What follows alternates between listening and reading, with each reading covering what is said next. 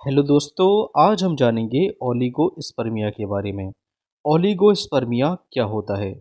इसको हम semen analysis report के अकॉर्डिंग चेक करेंगे और इसी के साथ हम बात करेंगे ओलिगोस्पर्मिया के ट्रीटमेंट के बारे में।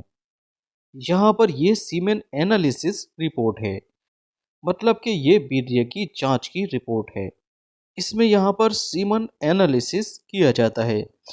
सीमेन इन्वेस्टिगेशन में फिजिकल एग्जामिनेशन करते हैं और माइक्रोस्कोपिक एग्जामिनेशन किया जाता है।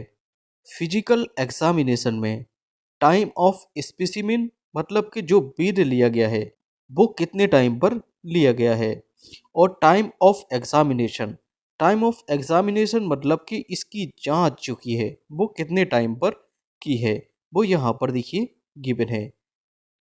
इसके अलावा ड्यूरेशन ऑफ एब्सटिनेंस, लिक्विफिकेशन के मतलब कितना डिग्री टेम्परेचर पर ये लिक्विफाई किया गया है, सीमेन का वॉल्यूम कितना है, अपीयरेंस कैसा है, कलर कैसा है, विस्कोसिटी मतलब कि गाढ़ापन कैसा है, और इसकी पीएच, ये सभी फिजिकल एग्जामिनेशन में आता है।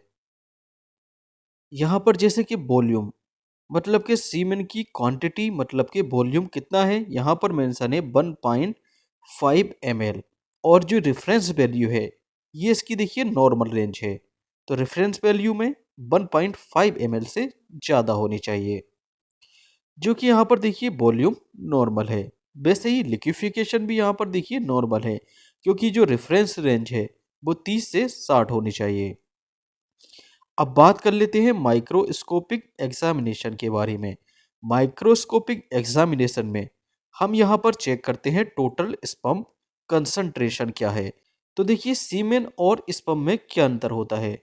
देखिए ये जो स्ट्रक्चर होता है वो स्पर्म का होता है, तो ये स्पर्म और जो लिक्विड होता है इन दोनों को मिलाकर हम सीमेन बोल देते हैं, मतलब कि वीर्य बोल देते हैं। तो इस सीमेन के अंदर स्पर्म की कंसंट्रेशन मतलब कि स्पर्म की कितनी मात्रा है वो यहाँ पर टोटल स्पर्म कंसंट्रेशन या टोटल स्पर्म काउंट से रिप्रेजेंट की जाती है। इस रिपोर्ट में 15 मिलियन पर एमएल, मतलब कि 1 ml सीमेन में 15 मिलियन स्पर्म है, जबकि जो इसकी नॉर्मल रेंज होती है वो 15 मिलियन से ज़्यादा होनी चाहिए। मतलब कि 1 ml सीमेन में 15 मिलियन से ज़्यादा स्पर्म होने चाहिए।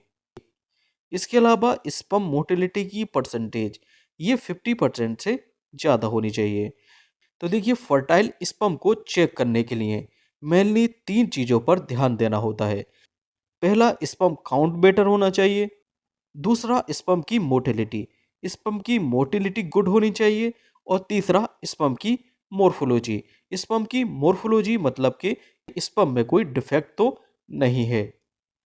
डिफेक्ट मतलब कि स्पर्म की दो टेल तो नहीं है, या स्पर्म का हेड जो है बाइफरकेट तो नहीं हो गया है, या स्पर्म का हेड आधा तो नहीं है। तो ये जो होती है एबनॉर्मल सिचुएशन होती है एक नॉर्मल स्पर्म के लिए। या इसके अलावा सीमेन के अंदर पस सेल तो नहीं आ रही है। पस सेल मतलब कि डब्ल्यूबीसी तो नहीं है। या सीमेन के अंदर ब्लड सेल मतलब कि आरबीसी तो नहीं है, मतलब कि सीमेन के अंदर खून तो नहीं आ रहा है, ये भी चेकआउट करना होता है। तो यहाँ पर स्पीमेन डीएस और स्पीमेन ये क्या काम करता है, ये सीमेन की डेंसिटी को बढ़ाता है, सीमेन की मोटिलिटी मतलब कि गति को बढ़ाता है, और इसकी मॉर्फोलॉजी को ठीक करता है। जैसे कि यहाँ पर मेंशन है प्री ट्रीटमेंट, ट्रीटमेंट से पहले क्या सिचुएशन थी, और पोस्ट ट्रीटमेंट, पोस्ट ट्रीटमेंट मतलब कि ट्रीटमेंट के बाद सीमेन की क्या सिचुएशन है। प्री ट्रीटमेंट में डेंसिटी 14.38 मिलियन पर एमएल थी। इसके बाद देखिए 14 से बढ़कर ये 62.86 हुई। वैसे ही देखिए मोटिलिटी 37.73 थी, और उसके बाद ट्रीटमेंट के बाद ये 46.62% हुई।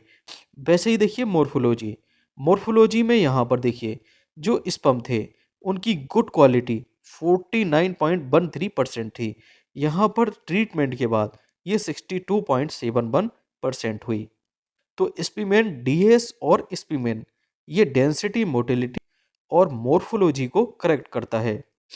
तो देखिए स्पिमेन, ये मेनली ओलिगोस्पर्मिया मतलब कि लो स्पर्म काउंट को ठीक करने में इसका यूज़ किया जाता है। अगर देखिए स्पिमेन का यूज़ किया जा रहा है तो इसकी दो दो टैबलेट, दो टैबलेट दोपहर को और दो टैबलेट शाम को, ये खाना खाने से पहले या बाद में दे सकते हैं। इसको दूध या पानी से लिया जा सकता है। इसके अलावा स्पिमेन डीएस, डीएस का यहाँ पर देखिए क्या मतलब होता है। डीएस का मतलब होता है डबल स्ट्रेंथ। तो ये नॉर्मल स्पिमेंट से डबल स्ट्रेंथ में होता है, इसी कारण यहाँ पर देखिए ये डीएस मेंशन है। अब बात कर लेते हैं स्पीमेंट डीएस की डोज के बारे में। तो स्पीमेंट डीएस की एक टैबलेट दोपहर को और एक टैबलेट शाम को, ये खाना खाने से पहले या बाद में दी जा सकती है और इसको दूध या पानी के साथ ले सकते हैं।